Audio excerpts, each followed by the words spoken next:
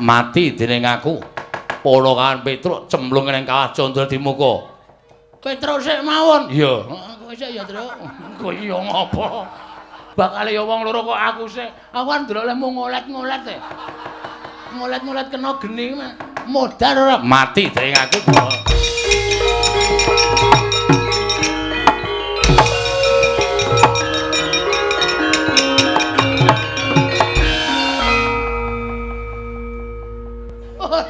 Mentolo aku.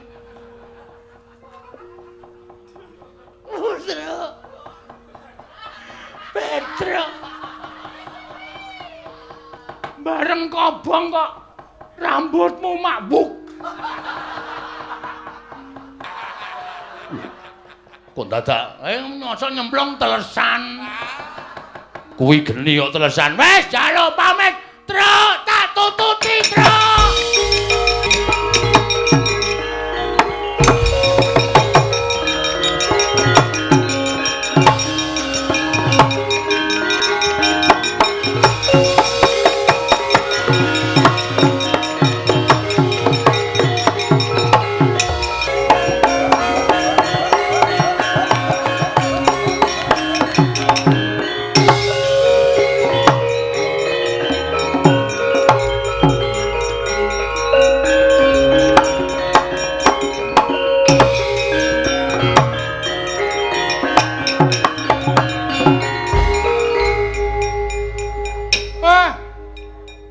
Kaya ngenteni Sileming Palwa gabus kumambanging Sila Kresna. Anakku Petruk karo adimu Bagong tak kongkon ning kayangan kok ora mulih-mulih. Apike dislameti wae Pak dianggep mati. Kowe iki dulur tuwa kok omonganmu ora kepenak. Karo kakangne kok karo adine kok kaya ngono. Lah ora witekno nek diutus ora sowan-sowan mrene. Monggo ya mingkon nyilih gamelan Lokananta. Ora jane bapak iki arep ngopo to? Aku arep ngresmekke papan wisata sing mapan ana ing Karang Kadempel. Ya kuwi Karang Kadempel Edupark. Ingkang wis dadi sarta iki arep tak bangun saya apik saya becik. Wah, luwih prayoga kuwi, Pak. Mula arep ngruwat aku ben supaya slamet. Kowe engko tak dapuk. Nala gareng kowe gender. Wah, nggih. Arep poming nono lulule. Nek ora kowe sing gender ora apik. Mengko nek Petruk wis nggawa gamelan tekan kene Petruk ben ngendang. Wah, Petruk ini pancen fake ngendang kok ya. Tak. Mengko Bagong ben ndolopi. Bagong kira iso nabuh apa-apa. Ben dadi dolop. Mengaku ki nek ora didolopi ora gayeng. Oh nggih, ngestakaken dawuh, Pak. Nala Gareng. Pancen iki sejatine ora kok gara-gara. Ning kanggo nyambung laku. Mula nyuwun pangapura nek aku ora ngaturke tetembangan, ora ngaturke lelagon. Ning pancen tak nggo nyambung cerita mau ngarep. Nek ora Semar tangeh lamun iso nglakon. Nggih, Pak, pancen Bapak niku ngolah-alik lakon iki pancen ya pinter. Ya wis pokoke betahe disuwuni karo sing ngamengku gati supaya Semar mbangun Sindu Kusuma Edupark. Monggo iki golek ning buku apa wae ora ana nek ora digawe dhewe pancen ya ora iso. Pancen sak jatosipun sak menika ringgit purwa menika dah saged nuruti dhateng menapa kemawanipun para penonton lan kemawanipun para masyarakat. Wonten ingkang ngersakaken lampahan ingkang pakem, wonten ingkang boten pakem niku ya kudu diaturake kanthi lega-legawaning penggalih. Bener. Perfect. Apa sing entuk omong iki perfect. Perfect iki apa ya, Pak? Perfect iki metetet. Wah, edan ora. Ora dong. Perfect kok metetet. Wis kaya ngono kuwi sak ngertiku wis ngono kuwi. Ha, mula kang sangka kuwi Bagong, anu Gareng. Warataya. Aku ki lam-lamen Bagong kok ora sowan-sowan ki dadi nyebut Gareng kowe kleru Bagong. Kok ngene iki rasane wong tuwa nek kangen karo anak. Wong nggih. Bapak ora kangen kalih kula. Kowe iki ya tak kangen ini gandeng rupamu elek aku. Ora tau kangen karo kowe. Wedian bapak iki manyen. Omongane sok nyelekit ning nek ora nyelekit kok udu semar. Mbok ya mesem mrengut bedae apa? Apik.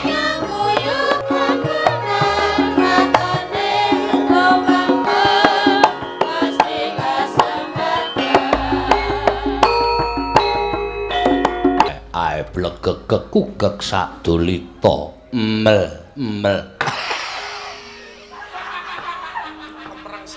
Iki ora pangling kaya kakangku sing tak tresnani.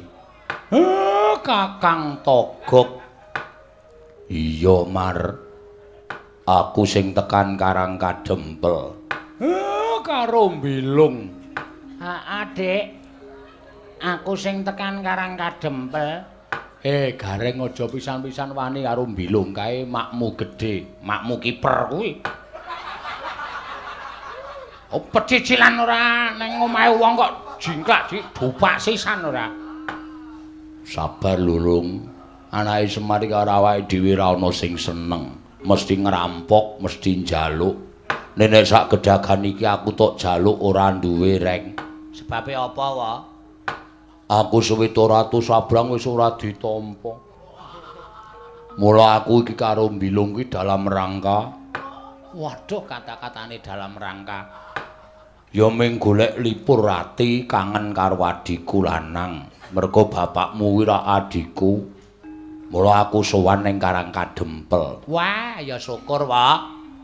Ya saora-orane nek kowe ngaku adhi karo bapak ki ya ora ming kosongan. Ayo nggawa gula apa teh.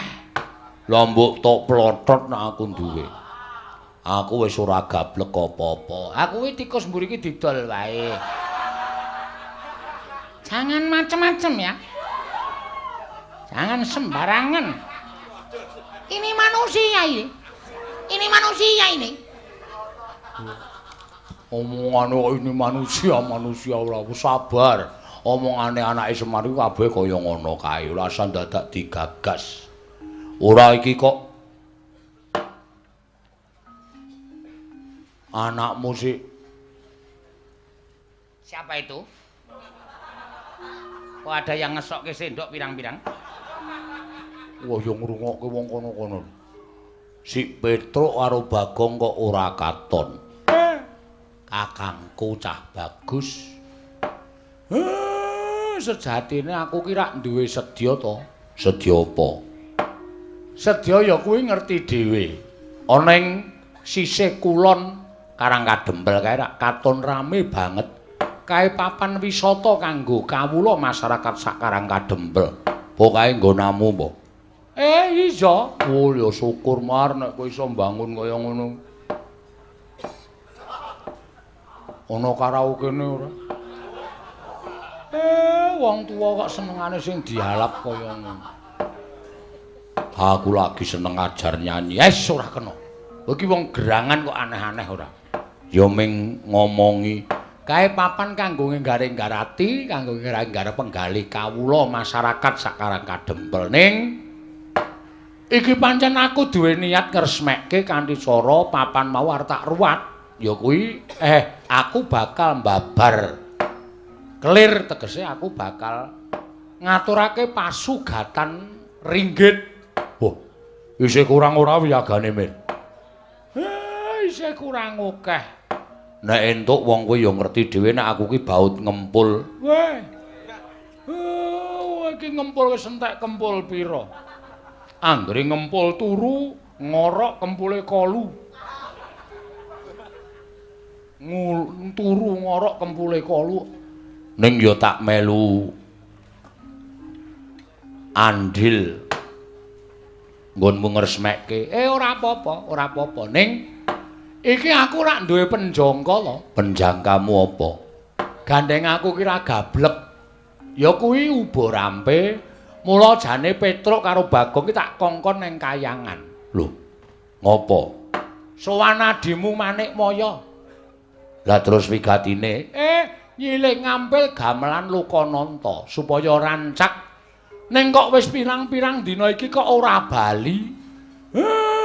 Saya suwe atiku saya kumesar kaya ninggal jejabang ana ing tepining Balumbang Kakang Tejo Mantri.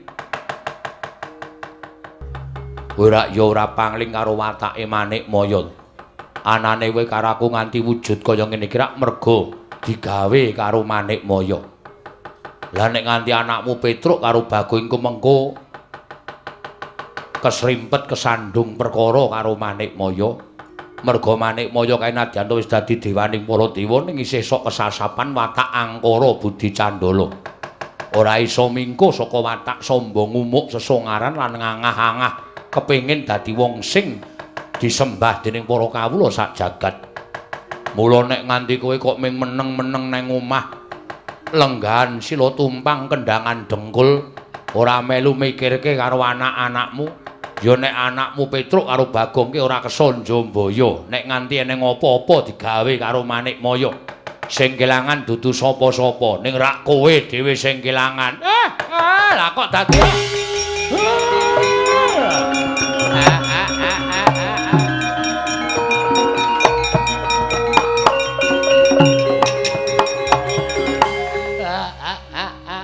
leres ngendikane Pak D Torong menika.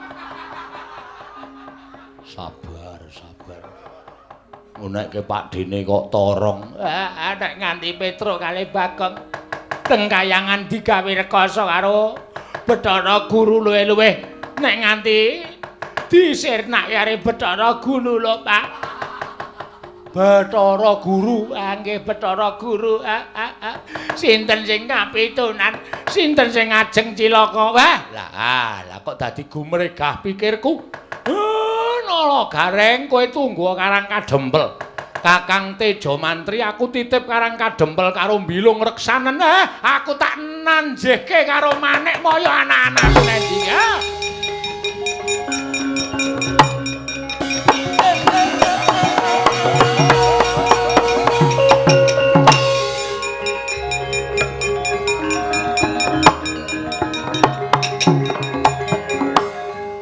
Malah entuk gawean. Madang urung, Pak De? Ya urung ya. Lah wong jeneng kuwi Abdi Ratu Sabrang kok madang kok urung yaene kok nganti urung madang. Pak De mbulung madang urung? Belum. Baru cemilan. Ayo do madang yo. Apa ana apa? Padake wong tipis. Segane cething. Lawi lemari. Kono Paranana. Caiduan ora ana apa-apa kok. Aku muni piye?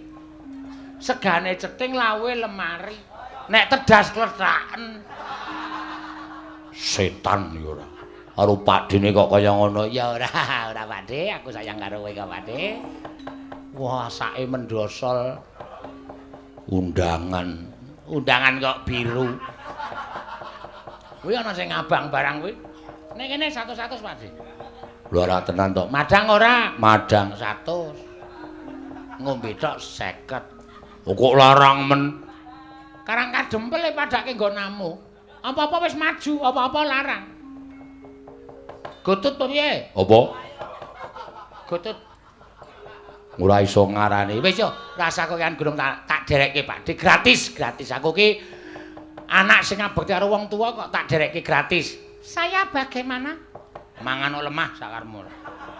Yo aja milung ki yo kancang. Yo gratis kabeh iki ming guyon ora sembro, ora kok tenanan. Tak sugata sak senenge Pak De ning ngancani aku ngenteni bapak bali saka kayangan. Yo, ora usah kuwatir mengko tak kancani reng.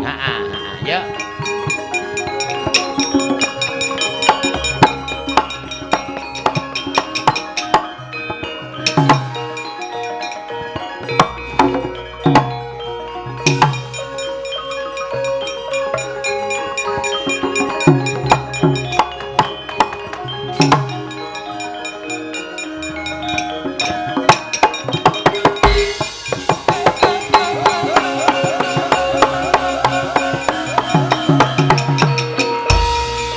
Mastunama Sidam Skaring Bawana Langgeng Kakang Ismaya ya wonten menapa Kakang dene jeng ngandika Kakang Ismaya rawuh wonten ing Kayiwangan nanjihke karo anak-anakku sakarone atmajanipun Kakang Semar ya sinten Kakang lah kok dadak tambuh apa ora tekan kene anakku Petruk karo Bagong sing tak utus nyuwun ngampil ya kuwi gamelan Lokananta. Gamelan Lokananta tak silih sedhela wae ning Karang Kadempel. Lah ming tak utus supaya nyilih gamelan Lokananta lah kok dadi anakku sakarone ora bali iki do nendi.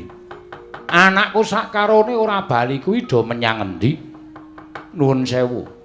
Kakang Ismaya sampun ngantos kejoting penggali kula badhe waloka. Iya, kowe arep jujur piye? Sekawit Petruk kaliyan Bagong panci sowan wonten ing Kayiwangan. Nyuwun ngampil gamelan Lokananta. Nanging trekahipun Petruk kaliyan Bagong ing nilar tata krami. Wekasan kula yumutaken boten ngego tumunten dados dukanipun para Jawata anak-anak kula sedayanipun.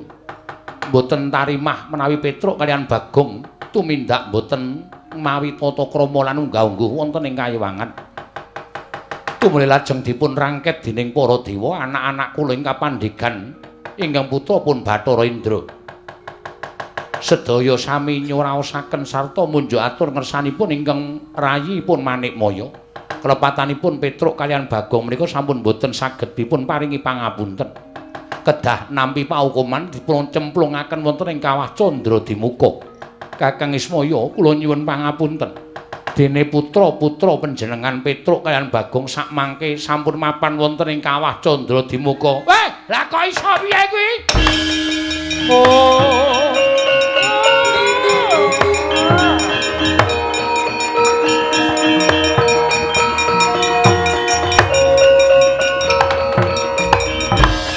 Suram-suram Tiwankara Kinggen lir manguswa kang layon denya ilang kang memanise wadananira layu kumel kucemrah nyomaratani ing Petruk Bagong kowe lah kok ora kenyono-nyono ora ngimpi apa-apa kok aku kelangan karo anakku sakarone Petruk Bagong. Matimu ora mati siya le. Kowe mbelani karo wong tuamu ning apa Semar ya ming arep meneng wae nek anakku loro dadi korban. Nggonmu mung kepengin nyuwun ngampil gamelan Lokananta. Kowe nendi le anakku Petruk karo Bagong?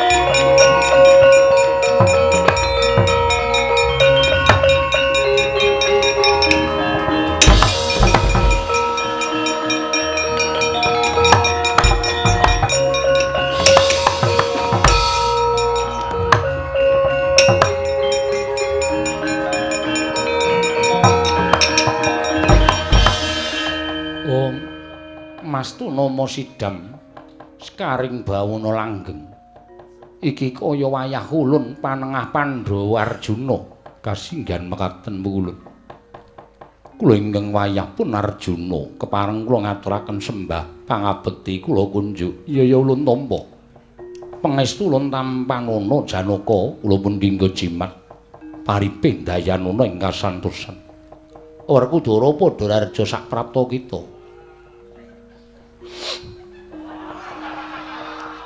Werkudara padha raja sak prapta kita. Pinten menawi paduka mentala dhateng Petruk kaliyan Bagong. Ing mekaten kula boten narimakaken menawi paduka pukulun boten paring panggesangan kaliyan Petruk kaliyan Bagong sampun mapan wonten ing kawah Candra Dimuka. Klilanana kula badhe ngamuk wonten ing kayangan. Wah, aku ya arep ngasur. Ngamuk. Aku ya arep ngasur nek kapun nek kayangan. Wah, tak udet-udet. Kuku Pancaraka bodadine Bathara Guru. Werkudara, Janaka, yen kita arep wani kaliyan panjenengan ulun, kita malah keluputan ora perdilu. Kakang Mas, piye? Kula suwun panjenengan kendelke mawon. Pangendika panjenengan klenta-klentu. Klera-kleru karo kene sapa? Kula aturi kendelke mawon. Wah. Aku nesu. Inggih kula ngertos. Kula tetep badhe nyuwun supados kula dipun cemplungaken ing kawah. Yen kita njaluk cemplungke kawah, apa kita njaluk ulun sirnake? Wah, gage. Aku sirnano babar pisan. Kula atur nyirnaken dhateng pun Janaka, guntur geni guntur angin sirnakno Janaka lan Werkudara.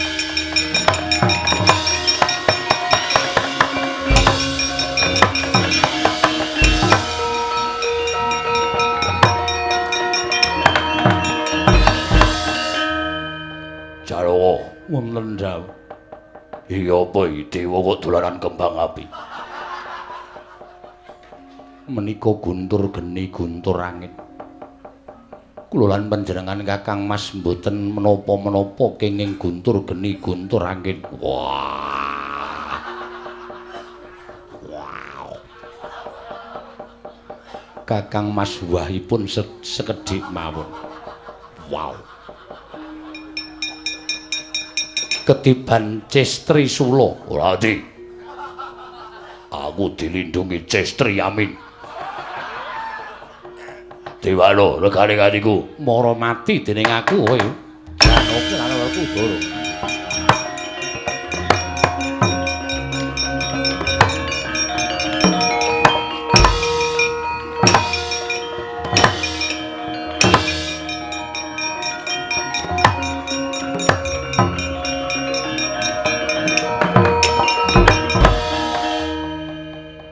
Kok dadi kita digdaya Janaka Werkudara.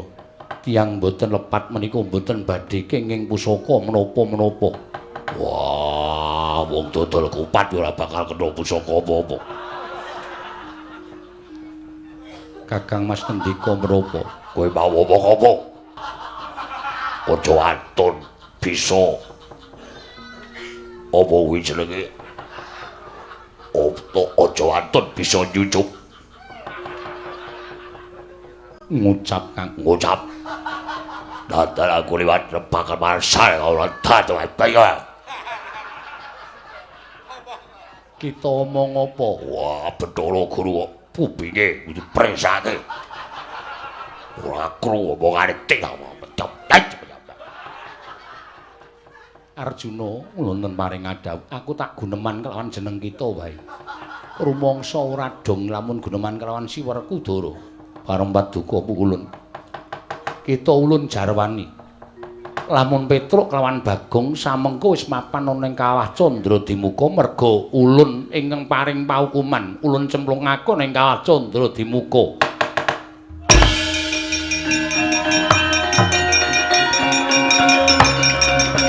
Kakang Mas, sabar Kakang Mas.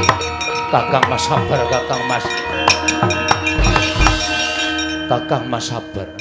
Sabar, kula aturi sabar. Kula aturi.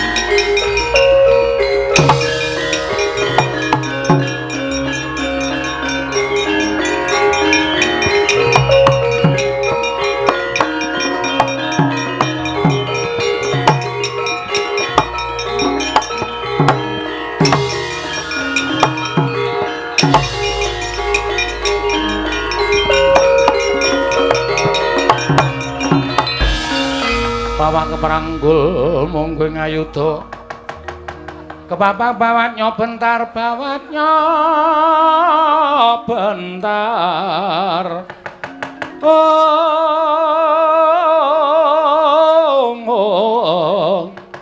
Gopapang nyungging ngaloga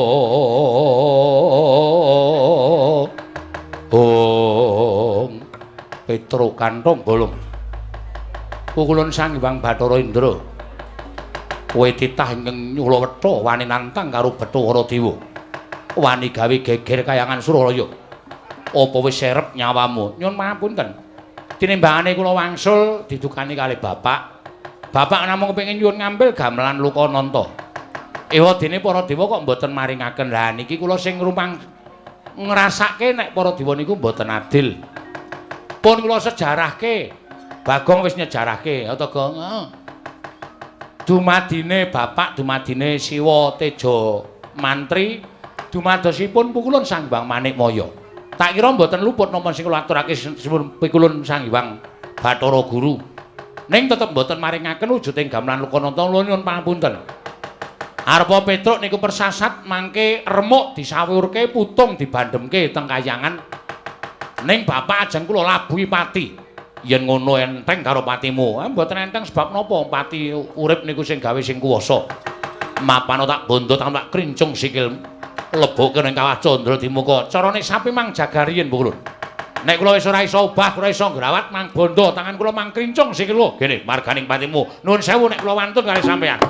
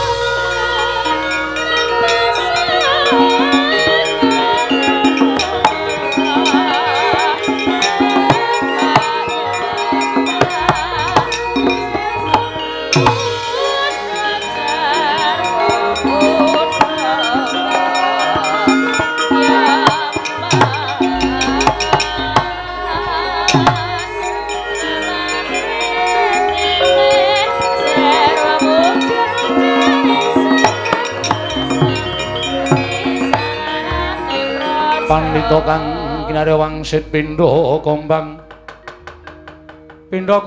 ngajaping tawang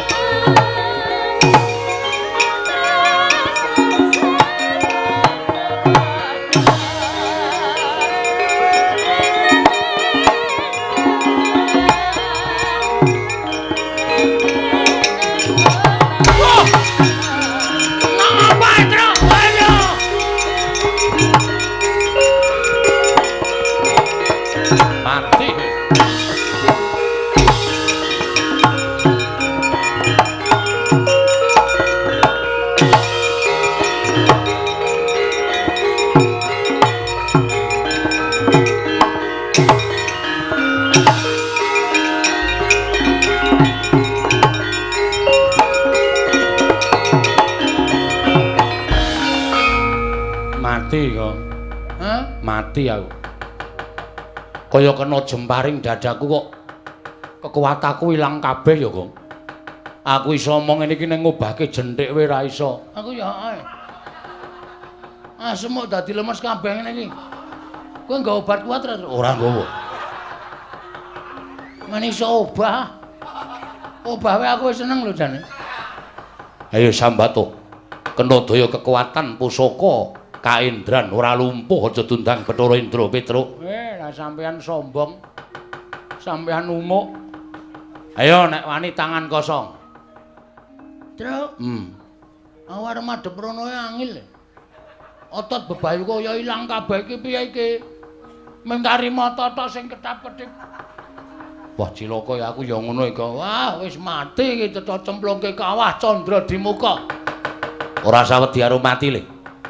Nek perlu awak dhewe mbelani bapak tekaning pati, awak dhewe nyemplung kawah. Nek pancen awak dhewe engko petungane karo sing gawe urip ki ora salah. Kawah Candra di muka ora mempan mobong karo awake dhewe. Tenane? Tenan. Kuwi buku ngendi sing ngomong ngono kuwi?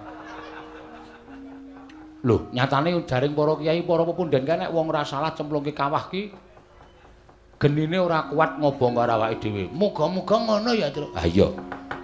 Ayo.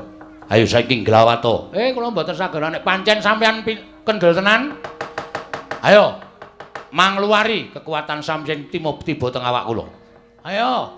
Aku culke, kae ana kekuatan Bathara Indra sak asik kaya. Wila suarane Bagong kok isih kaya ngono. Sapa kuwi? Bathara Brahma. Weh. Kowe dewa apa kowe? Dewa geni. Nek aku nyilireke. Lho. Dewane geni kok cilirek. Mesti kowe kejaba kuwi kowe nggo gas bareng to kowe.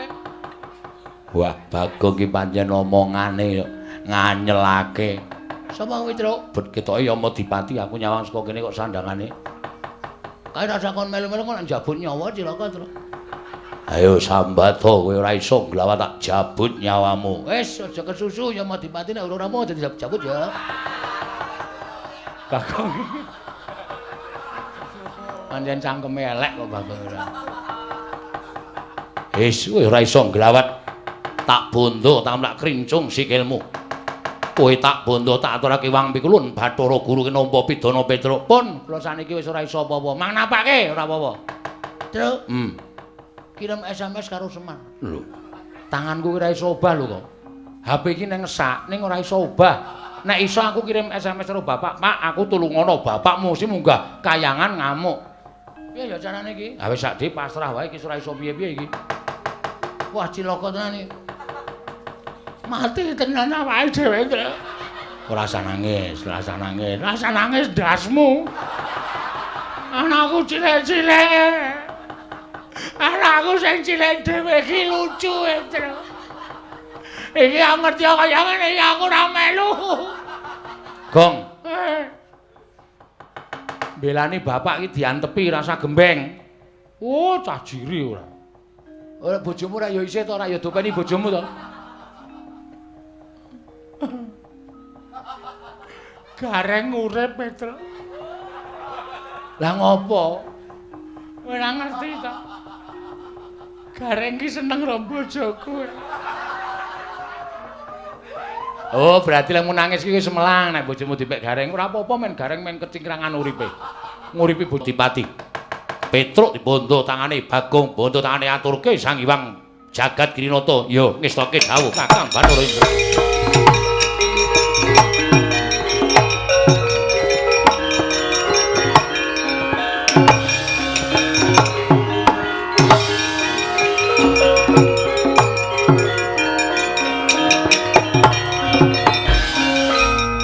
Bagong ya dibondo. Iya.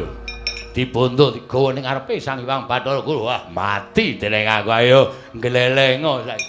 Ora ngleleng. Ora wani ngleleng dudu Bagong. Wah, rangket tanganmu tak krincung sikilmu, lebokke baku jarane. Ora.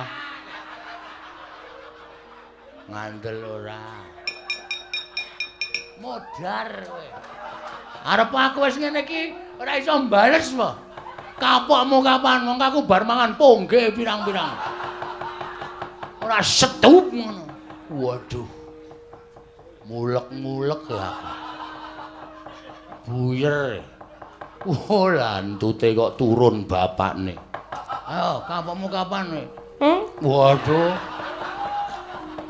Dirangket wis ora wae.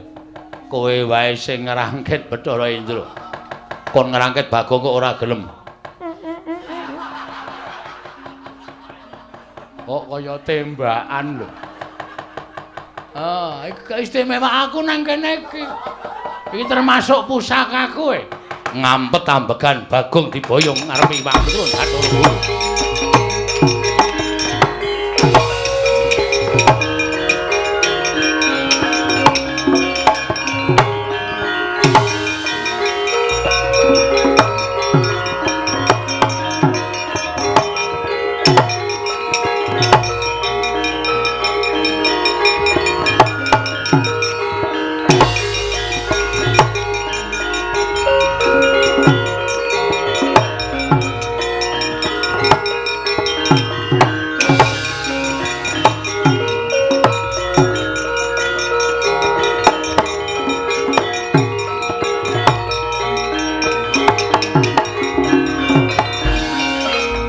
Samar pamoring sukma sinukmaya sinukmaya winaya ing asepi sumimpen teleng ing kalbu pambukaning warana tarlen saking liyep layaping aluyup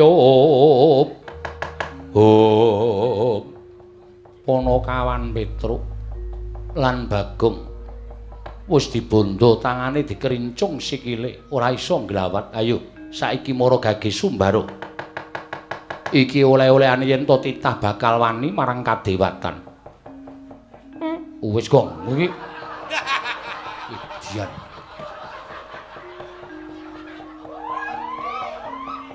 Bathara Indra wonten dawuh pukulun kok ora mbok plotot wetenge ing ngatasé ning Bale Marti Kundha manik. Asem aku mampu dhewe, Truk. Mumet aku. Salahe ora. Edan kok kowe iki ora. Wis pokoke mumpung arep mati tak entek-entekke. Ndak engko malah dadi sangu malah ora prayoga.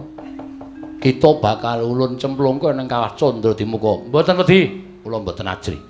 Mang cemplungke teng Kawah Candra. Cemplungke saiki. Nyakit kowe. Licik kowe Bathara Guru. Nek pancen wani ayo aku balekno kekuatanku kaya mau. Obrak-abrik tenan kaya. Aku ora wedi lho Bathara Brahma, Bathara Indra, Bathara Yama Dipati. Ora wedi kabeh aku. Ning caramu ora kaya ngene iki lho. Gong. Ora kuat heru kok. Oh. Tak kira nek Bathara Guru. Ayo balekno kekuatanku. Nek pancen kowe wani, balekno, ora wedi karo sapa-sapaku. Sampeyan ora maringake gamelan Lokananta, tetep kula kali Bagong ajeng ngamuk teng Kahyangan Suralaya. Tetep kula ajeng ngamuk. Kita nadyan sumbar kaya ngapa ora bakal bisa nglawat Sumbara petak aciya-ciya. Wah, basa Korea bareng. Apa, Gong? Basa Korea. Petak aciya-ciya. Iki basa sastra Jawa iki bidalang biyen iki sok muni Sumbara petak aciya-ciya ngono kae. Petak ciya-ciya. Ciak bulu cuek-cuek ciak-ciya. Nedyan ora. Bathara Indra kula wonten paring adhawuh. Aja nganti digawe macak. Kowe terus arep dipacak ora. Kuwi basa Jawa iki. Panakawan sak karone iki cemplungna ning Kawah Candra Dimuka. Wis to meneng. Santai. Santai piye? Mati tenan iki, Tru. Pokoke pasrah, ikhlas karo pasrah. Oh, alah. Ora mulih tenan iki aku, Tru.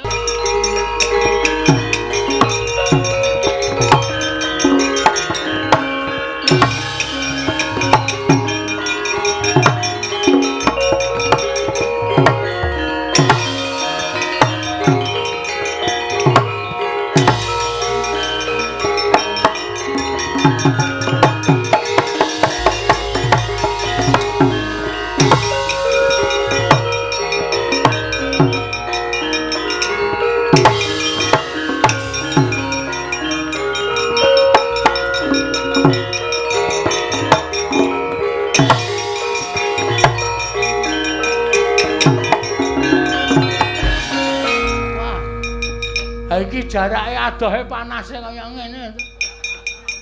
Santai malah awak dhewe ora ngrasake lara kok. Plungbuk mati. Jare nek ora salah ora wuk. Ha iki ketoke kok tetep wuk nek iki. Tetep murab ya tetep ketoke. Ha kaya ngene, kaya ngono e. Ayo. Rungokno pesambate wong-wong sing tak obong ning Kacandra Dimuka sing duwe dosa tumraping para Jawata. Mati aku. Aduh, tulung aku tobat. Mati dening aku. Para kan Petruk cemplung ning Kacandra Dimuka.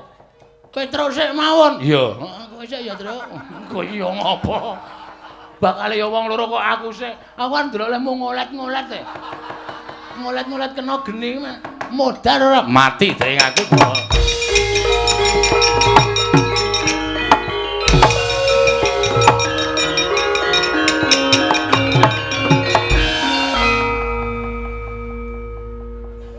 Ora mentolo aku.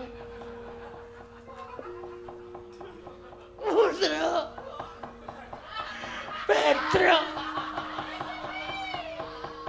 Bareng kobong kok rambutmu makbuk.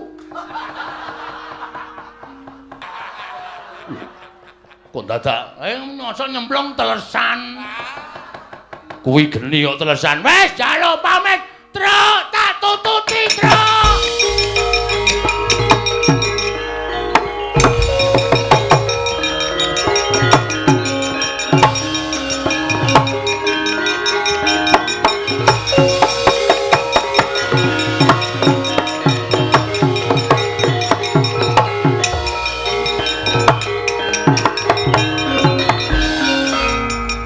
Mubal genining Candra Dimuka cinempul nganggo Petruk lan Lurah Bagong.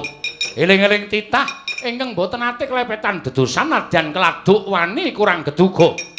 Gejol kumarucul parandina damel suka sangganing para ingkang sami wuninga. Dadi kanugrahan tumraping Lurah Petruk miwah Lurah Bagong. Tanggap Sang Hyang Jatimurti wis ngawuningani Lurah Petruk lan Lurah Bagong manjing telenging Candra Dimuka. Mulat Sang Hyang ngasih pranaya Sang Hyang Bathara Wenang sigra niyup saking dirgantara manjing kawah Candra Dimuka.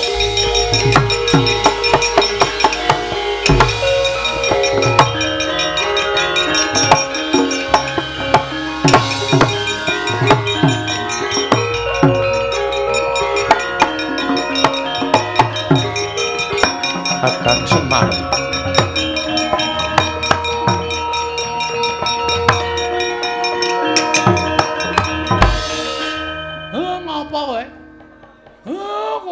jahat, kowe wong wengis, kowe wong ora duwe rasa kamanungsan. Mestine kowe dadi dewaning dewa iki ngayomi karo titahmu sak jagat. Lah kok dadi malah kowe mateni wong tanpa dosa. Dosamu mbok gembol, mbok indit, mbok kempit. Apa rumangsamu sesuk ora ana sing ngadili karo kowe? Eling Manikmaya. Panguwasa tungganing jagat ki mung Gusti ngakarya loka. Mongko kowe iki dadi makhluking sing gawe urip. Apa rumangsamu kowe tumindak ala kowe ora diitung dosa, tetep po diitung dosa. Kowe mateni anakku Petruk, mateni anakku Bagong. Utangmu sesuk mbok saur karo sing gawe urip kapok kowe. Wis ora usah dadak kowe nyanak-nyanak karo aku. Aku tak nyemplung ana ing kawah Candra Dimuka. Aku ora iso nek ditinggal Petruk karo Bagong. Atiku ki dadi wong tuwa lara. Atiku dadi wong tuwa kudu piye lek arep nglakoni. Kowe wengis, kowe Manikmaya, kowe jahat, kowe destva ning watakmu candala, budimu nesa kowe. Kakang Semar.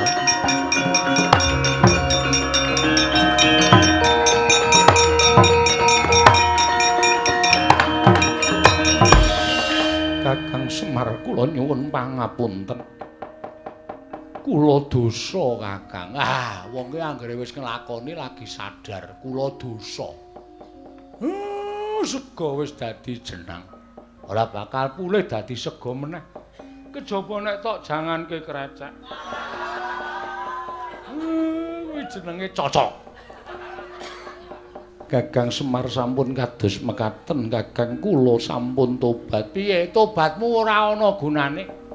Anakku sak kloron Gareng Petruk karo Bagong mati nang kawah. Ora iso bali meneh. Aku mengarep ngresmekke kowe kok kowe iki tok gawe angel to, Guru. Mbok ya nek ana wong arep ngresmekke papan sing becik, papan sing apik iki aja tok gawe angel. Pira bara mbok sokong, danane kurang pira? Kebutuhane apa? Lah kok kowe iki malah lah apa kaya ngono kuwi wis wangun wis becik. Kakang Semar ingkang boten tarimah, boten namung panjenengan. Sapa? Janaka kaliyan Werkudara ngamuk wonten ing kayiwangan krana kula mejahi Petruk kaliyan Bagong. Kapok kowe. Kapok kowe. Iki engko nek nganti tak sebar-sebarke lumantar grup WA Negara Ngamarta. Wah. Sing tekan kayangan ora mung Ndara Werkudara, Ndara Janaka, ning Ndara Kresna, Ndara Puntadewa, Ndara Setyaki, Ndara Gatotkaca, Ndara Antarja, Ndara Antarsena kabeh do tekan kene do ora trima karo patine Petruk karo patine Bagong. Ayo. Kayangan geger. Kayangan morak-marik merga saka apa? Kelakuanmu kuwi. Ana wong kepengin nyuwun ngampil. Lah mbok mestine nek kowe iki dadi guru sing apik, dadi nalendraning dewa sing becik, aja kok Semar mbok wong sudra sempali pidak pejarakan jalmawanan saumpamane kuwi rak titahmu to. Nek nyuwun ngampil karo kowe iki mbok paringana ngampil aja tok gawe angel. Wong nyilih ki adile mbalekke, ora ana wong nyilih kok ngehaki sak teruse iki ora ana. Aku ya arep balekke gunane apa aku kenggonan gamelan Lokananta? Karang kadempel ki ya gablek gamelan. Nek wilane nggo nuthuk ndiasmu iki nek wilan. Semar kelangan anake padake. Mula omong aku sak karepku. Inggih, kula mboten menapa-menapa, Kang. Ayo arep ora trima ya kena. Ora trima ya sikep tak jak nyemplung kawah. Kula ingkang kagungan kawah tentu mboten menapa-menapa. Wis ora urusan. Atiku lara tenan iki. Aku lara atiku. Inggih. Lajeng kula kedah menapa? Entuk kowe tak ngapura. Ning kowe kudu iso nguripke Petruk karo Bagong. Kakang Semar. Petruk kaliyan Bagong badhe kula gesangaken. Nanging Kakang Semar kedah saged ngasoraken kridanipun Janaka lan Werkudara. Apa mbok anggap aku wedi karo ndara-ndaraku? Kae ngamuk kae nek aku sing nyirep, stop, langsung do mandeg. Mergo kae do manut karo aku. Nanging ngaten kula nyuwun, Janaka lan Werkudara dipun ndakaken kamurkanipun. Kula ingkang badhe nggesangaken Petruk kaliyan Bagong. Anggere kowe ngapusi titenono. Anggere kowe goroh titenono. Ndaraku Werkudara, ndaraku Janaka iso tak ndakake kamurkane kowe ora nguripke Petruk karo Bagong. Wah, Semar ngamuk neng kayangan tak rubuhke Suralaya tak kandhani.